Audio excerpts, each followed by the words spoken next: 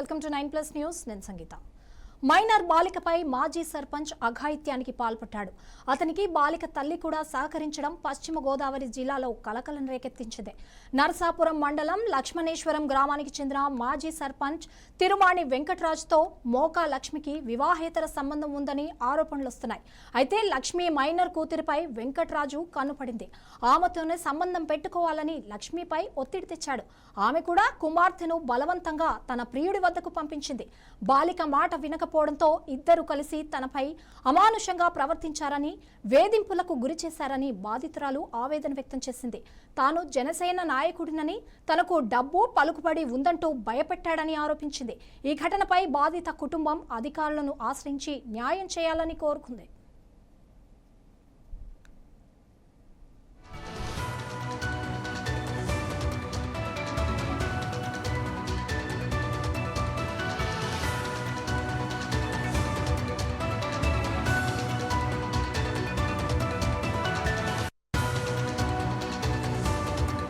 లక్ష్మణేశ్వరం గ్రామం నుండి వచ్చాను. నేను ఇంటర్మీడియట్ ఫస్ట్ ఇయర్ చదువుతున్నాను. నాకు జరిగిన ఈ అన్యాయానికి మీరే నాకు మంచి సపోర్ట్ ఉండాలని నేను కోరుకుంటున్నాను. జరిగింది ఏంటి అంటే, మా అమ్మగారు వేరే ఆయనతో రిలేషన్ లో ఉండగా వాళ్ళిద్దరు రిలేషన్ లో ఉంటూ నన్ను కూడా వాళ్ళ రిలేషన్ లోకి రమ్మని అంటున్నారు. నేను రాను అని చెప్తున్నా నన్ను ఫోర్స్ చేస్తున్నారు. నేను ఫోర్స్ చేసినా నేను నా వల్ల అవ్వదు అని అంటే ఆయన రేప్ చేసినా రేప్ చేయించేసుకో అంటున్నారు మా అమ్మగారు. నా వల్ల అవదమ్మా, నేనైతే ఇక్కడ అంటే ఉండాల్సిన అవసరం లేదు, నువ్వు చెప్తున్నా ఆడెవడో నన్ను టచ్ చేస్తుంటేనే నువ్వు ఊరుకుంటున్నావు అంటే నువ్వు నాకు అసలు కన్నతల్లివేనా అని నేను చాలాసార్లు క్వశ్చన్స్ వేశాను. అదేంటి అలా మాట్లాడుతున్నావు అని చెప్పి నేను చాలాసార్లు కొట్టింది కూడా మా అమ్మ. కొడితే ఎందుకు కొడుతున్నావు, నేను అడిగిన మాటలు నిజాలే కదా, నిజాలు కాకపోతే అబద్ధాలు అయితే నువ్వు నన్ను కొట్టావు అనుకోవచ్చు, ఆయన నన్ను అలా చేస్తున్నా కూడా నువ్వు ఆయనకి సపోర్ట్ చేసావు అంటే నేను ఇంకేమనుకోవాలి అని చెప్పేసి అంటే లాస్ట్ కి ఇంట్లో నుండి పారిపోవాల్సిన స్థాయికి వచ్చేసాను. ఇంట్లో నుండి పారిపోయిన తర్వాత రాజునగర్ గోదావరి దగ్గరికి వెళ్ళిన తర్వాత గోదావరిలో చనిపోదామని చెప్పి ఆ లాస్ట్ మినిట్ మా అమ్మతో మాట్లాడాలనిపించింది. ఫోన్ చేస్తే ఫోన్ లిఫ్ట్ చేయలేదు. సరే అని చెప్పేసి వాయిస్ రికార్డ్ పెట్టారు. ఇలా చనిపోతున్నానమ్మా, ఇంక ఈ కూతురు ఉండదు, నువ్వు నాకు ఈ జన్మ ఉంటే నేను నీకు కూతురుగా పుట్టను అని చెప్పేసి చెప్పాను. చెప్పిన తర్వాత ఆ మెసేజ్ విన్న వెంటనే నన్ను బ్లాక్ లో పెట్టేసింది. కానీ నాకు చాలా అంటే చాలా బాధాకరంగా అనిపిస్తుంది. చనిపోవాలి, ఇటు బ్రతకాల, ఏం చేయాలో తెలియని పరిస్థితిలో ఉన్నాను. అయితే అప్పుడే మా ఫ్రెండ్స్ కు తెలిస్తే ఎక్కడున్నా అని ఫోన్ చేస్తాను. నేను ఎవరికి రెస్పాండ్ అవ్వకపోతే వాళ్ళు స్నాప్చాట్ లో లొకేషన్ తెలుసుకుని నా దగ్గరకు వచ్చారు. నా దగ్గరకు వస్తే లాగిపెట్టి లంపటికి నీకు ఏమైనా పిచ్చా, ఏమైనా జరిగితే న్యాయం చేద్దాం అని చెప్పేసి తీసుకొచ్చిన తర్వాత మా మావయ్యలకు తెలిసిన తర్వాత వాళ్ళు కేసు అయ్యి పెట్టారు. వాళ్ళ పోలీసులు ఏం చేశారు, వాళ్ళు కూడా నాకు న్యాయం చేయలేదు. వాళ్ళు కూడా న్యాయం చేస్తారని వాళ్ళ దగ్గరికి వెళ్తే వాళ్ళు కూడా న్యాయం చేయలేదు. ఆయన్ని అరెస్ట్ చేసి అక్కడ వరకు పంజా సెంటర్ వరకు తీసుకెళ్లి అక్కడ వదిలిపెట్టేశారు.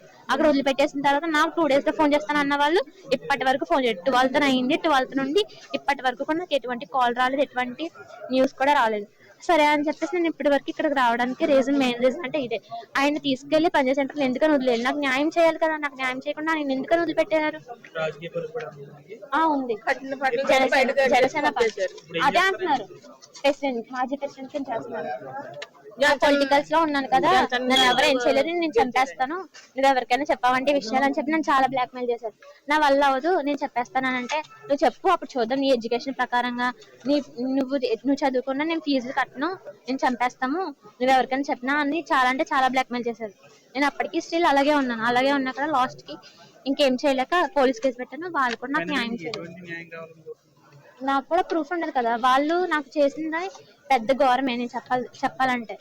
తర్వాత నాకు న్యాయం ఏంటంటే వాళ్ళని అరెస్ట్ చేయాలి. వాళ్ళు అరెస్ట్ చేసిన తర్వాత నాకు న్యాయం చేయాలి. ఎటువంటి న్యాయం చేస్తారని మీకే వదిలేస్తున్నాను. కానీ మీ అందరి సపోర్ట్ నాకు ఉంటే నేను కూడా ముందుకు వెళ్ళాలని కోరుకుంటున్నాను. అది మాకు రక్షణ కావాలనిపిస్తుంది. ప్రభుత్వం తరపు నుంచి కోరుకోవచ్చింది ఏంటంటే మాకు రక్షణ కావాలి, మా మేనగోళ్ళకి రక్షణ కావాలి, మా మేనగోళ్ళకి ఏమేమి హక్కులు ఉన్నాయో ప్రభుత్వం తరపున మాకు అన్ని న్యాయం జరగాలని చెప్పేసి మేము కోరుకుంటున్నామండి. సరే అండి. ఆయన టీడీపీ లాస్ట్ మాజీ సర్పంచ్ అండి. ఆయన ఇప్పుడు వచ్చి నెక్స్ట్ జనసేనలో పార్టీలో వేరే సర్పంచ్ కి మా సిస్టర్ కూడా ఆయన ఇంకో చూసి పెడతాను, నేను నీకేదో పక్కన నేను నెంబర్ సీట్లు ఇప్పిస్తాను ఆవును లోపరుచుకుండి అప్పుడు కాకుండా కూతుర్ని లోపడితే ఆవిడ కూడా రెడీ అయింది కాబట్టి అందుకని మేము ప్రభుత్వాన్ని కోరుకుంటున్నామండి. న్యాయం జరగాలి మాకు. తర్వాత వాళ్ళ అమ్మగారే ఆవిడ పడుకోమని చెప్పేసి అంతలా చెప్పేటప్పుడు ఆ వెంకట్రావు అన్న అతను మాజీ సర్పంచ్ అన్న అతను కూడా ఇలాగ అదే ఊర్లో, పక్క ఊరు కూడా కాదు, అదే ఊర్లో అంతలా కొనసాగిస్తాకి ఇంట్లో సెటిల్ అయిపోవడానికి అంతలా ఊరంతా చూస్తుంది కదండి, పక్క ఊర్లు చూస్తున్నాయి, ఊరంతా చూస్తుంది. అక్కడ 5-6 ఊర్లు ఉన్నాయి, ఇంట్లో ఉంటున్నాడు, ఎందుకుంటున్నాడు ఫోటోలు పెట్టేసి ఇంట్లో మొత్తం ఆల్బమ్లతో సహా, తర్వాత బట్టలతో సహా 10-15 జతల బట్టలతో సహా యాంగిలేర్లతో కూడా మేము ఫోటోలు తీసామండి, వీడియో తీయడం జరిగినాయండి. ఓకే అండి. తర్వాత మరి ఏం చేస్తారన్నది ప్రభుత్వం తరపు మేము కోరుకుంటున్నాం, కలెక్టర్ గారిని కోరుకుంటున్నాం, ప్రభుత్వాన్ని కోరుకుంటున్నాం, పవన్ కళ్యాణ్ సార్ని కోరుకుంటున్నాం, నెక్స్ట్ చంద్రబాబు నాయుడు గారు, లోకేష్ సార్ గారిని అందరిని కూడా మేము కోరుకుండి ఇది మొత్తం మాకు న్యాయం జరిగేలా చేసి పెడతారని చెప్పేసి మేము ఆశిస్తున్నాం సార్.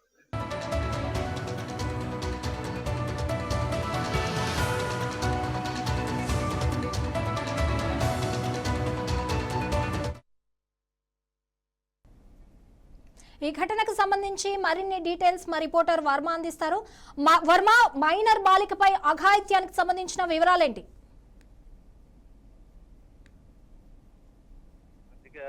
బలాన్ని అయితే అడ్డం పెట్టుకుని ఒక మైనర్ బాలిక జీవితాన్ని చిత్రం చేయడమే కాకుండా లైంగిక వేధింపులు గురి చేసినటువంటి సంచలన ఘటన పశ్చిమ గోదావరి జిల్లా నర్సాపురం మండలంలోని లక్ష్మీనేశ్వరంలో అయితే జరిగింది.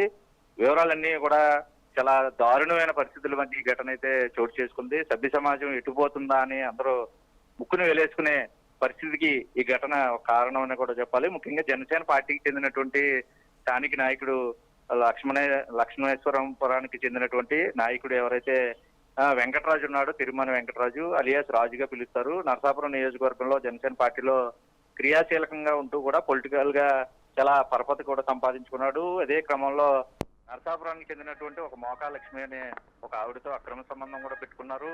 ఆవిడ గతంలో 15 సంవత్సరాల పాటు దుబాయ్ వెళ్ళి వచ్చి స్థానికంగా ప్రస్తుతం లక్ష్మీనేశ్వరంలో ఉంటూ ఉన్న పరిస్థితుల్లో ఆమెతో అక్రమ సంబంధం కూడా పెట్టుకున్నాడు. ఇప్పటికే రాజు వివాహం అయ్యి భార్య 2 పిల్లలు కూడా ఉన్న నేపథ్యంలో ప్రస్తుతం పొలిటికల్ గా పలుకుబడి ఉండి ఆమెతో అక్రమ సంబంధం పెట్టుకోవడం, అక్రమ సంబంధం మహిళలకు సంబంధించి ఒక మైనర్ బాలిక కూడా ఉన్న నేపథ్యంలో పూర్తిగా కూడా ఆ కుమార్తెపై కన్నుపడి దాంతో కూడా సంబంధం పెట్టుకోవాలని అటు తల్లిని కూడా భయపెడుతూ ఒకవైపు చిత్రహింసలకు గురి చేస్తూ కుటుంబాన్ని అంతరం మీద కూడా ఆధిపత్యం సంపాదించినటువంటి ఏదైతే రాజు ఉన్నారో, రాజు పూర్తిగా కూడా నేరపూరిత ఉదంతం అప్పటి నుంచి మొదలైన పరిస్థితుల్లో నాకు పెద్ద పెద్ద రాజకీయ నాయకులతో పరిచయాలు ఉన్నాయి, పోలీస్ స్టేషన్లు, కోర్టులు నన్ను ఏమి చేయలేవంటూ కూడా సదరు బాలికను భయభ్రాంతులు కూడా గురి చేసి పూర్తిగా కూడా తను చెప్పినట్లు వినకపోతే తమ కుటుంబాన్ని జీవితాన్ని నాశనం చేసేస్తానని, కుటుంబం మొత్తం ఊర్లో తలెత్తుకోకుండా చేస్తానని బెదిరింపులకు పాల్పడడం,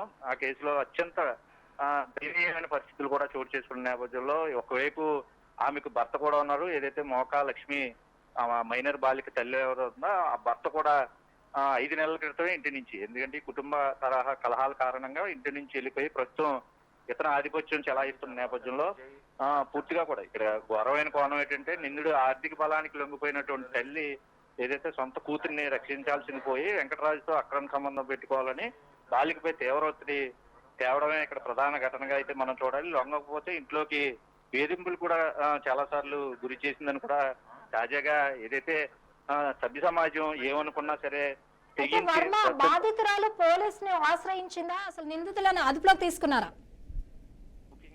ఈ ఘటన పూర్తిగా వెలుగులోకి రావడానికి ప్రధానంగా బాధితురాలే మైనర్ బాలిక.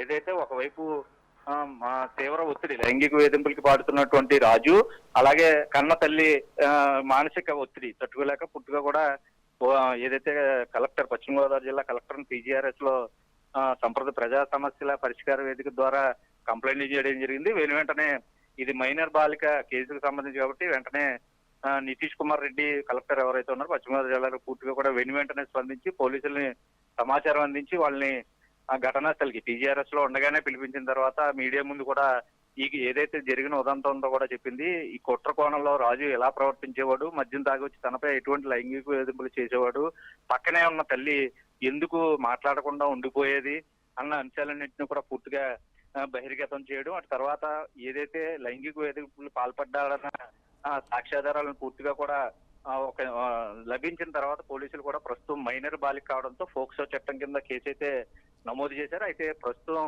కన్న తల్లి లక్ష్మి అయితేనా అలాగే లైంగిక వేధులు పాల్పడినటువంటి రాజు పూర్తిగా పరారీలో ఉన్నారు. వాళ్ళ కోసం ప్రత్యేకించే టీం కూడా ఒక బృందాన్ని అయితే కూడా గాలింపు ఏర్పాటు చేసి గాలింపు చర్యలు అయితే చేస్తున్నారు. అయితే నిందితుడికి పొలిటికల్ బ్యాక్గ్రౌండ్ పక్కన పెట్టి కేసు తీవ్రత దృష్ట్యా పోలీసులు మాత్రం మైనర్ బాలిక కావడంతో ఈ నాన్ బెయిలబుల్ ఫోక్సో సెక్షన్ కింద అయితే ప్రస్తుతం కేసు నమోదు చేయడానికి సమాయత్తమయ్యారు. అయితే వీళ్ళు పోలీసులు బాలికకి అయితే రక్షణ కల్పించి ప్రస్తుతానికి కౌన్సిలింగ్ నిమిత్తం అయితే హాస్పిటల్ కూడా తరలించడం జరిగింది. ప్రస్తుతం పోలీసుల సంరక్షణలో అమ్మాయి అయితే ఉంది. ప్రస్తుతం వీళ్ళిద్దరూ కూడా పరారీలో ఉన్నారు. ఏదైనా ప్రత్యేకించి థ్యాంక్ యూ వర్మ.